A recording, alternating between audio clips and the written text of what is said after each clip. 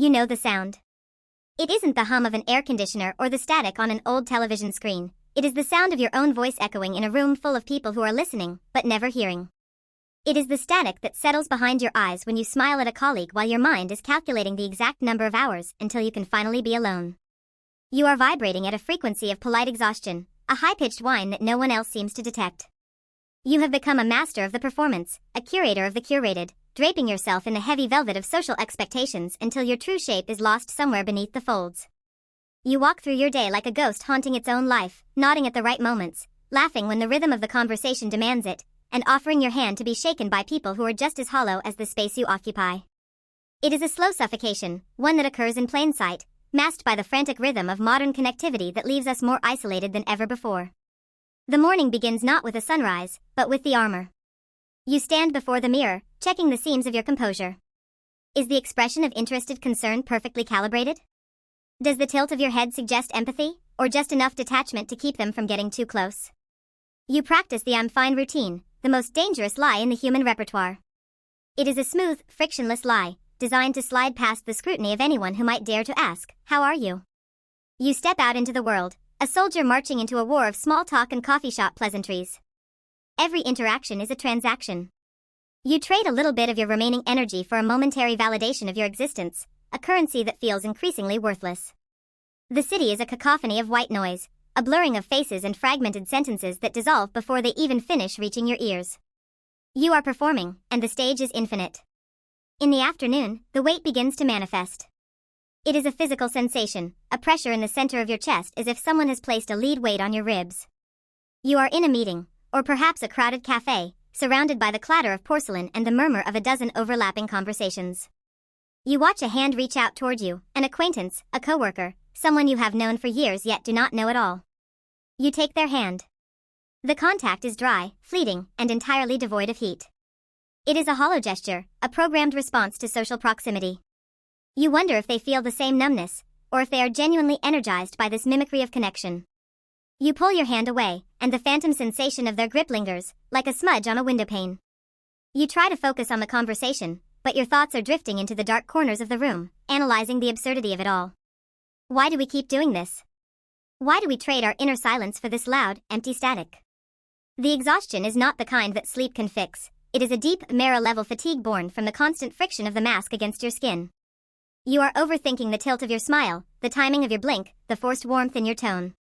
You are exhausted by the sheer labor of being a person in the world, a person who is constantly required to provide feedback, to emote on command, to participate in the charade of belonging. You find yourself retreating into the quietest parts of your brain, building an internal fortress out of the things you will never say. You nurture these hidden thoughts, these dark, sharp observations about the emptiness of the crowd, because they are the only things that feel real. Everything else is performance art, and you are tired of the play. You are tired of the applause that never comes, of the recognition that never penetrates the armor, and of the realization that you have surrounded yourself with people who would not recognize you if you finally decided to strip the mask away. By the time you return home, the silence of your apartment hits you like a physical force. It is not peaceful, it is heavy, dense with the accumulation of the day's wasted energy. You collapse onto the sofa, the silence ringing in your ears louder than the chaos you left behind. This is the white noise you created for yourself, a life filled with movement but devoid of momentum, a life filled with voices but lacking a conversation. You stare at the wall, tracing the cracks in the paint, and you realize that the distance between you and the rest of the world isn't physical. It is a chasm you built brick by brick, polite interaction by polite interaction. You have been waiting for someone to pierce the veil, to see through the static and find the person beneath, but you have made it impossible. You have perfected the camouflage. You have become so good at appearing fine that you have vanished. You look at your hands in the dim light. They feel foreign, as if they belong to the character you were playing all day. You remember the handshakes, the pats on the back, the meaningless gestures of touch that left no warmth behind. You realize that you are terrified of being truly seen, yet you are dying because you aren't. It is a paralyzing paradox. You hunger for a depth that you are too tired to facilitate, and you fear the very connection that you crave. The static in your head begins to settle, turning into a low, steady hum of resignation. You are not alone in the room, but you are utterly alone in your own mind. And perhaps, for now, that is the only place you can safely exist, tucked away in the shadows of your own making, watching the world through the glass of a life you've learned to mimic but never truly inhabit. The realization is not a sudden explosion, but a slow, cold sink into truth. You stop pretending that tomorrow will be different. You stop the internal dialogue that tries to convince you that if you just tried harder, if you just spoke more clearly, the connection would arrive. It won't. The emptiness isn't a flaw in your social life, it is the price of the mask. You have traded the messy, jagged, beautiful reality of who you are for the smooth, polished, and agonizingly dull comfort of being accepted for a version of yourself that doesn't actually exist. You are not exhausted because you are doing too much, you are exhausted because you are doing nothing that actually belongs to you.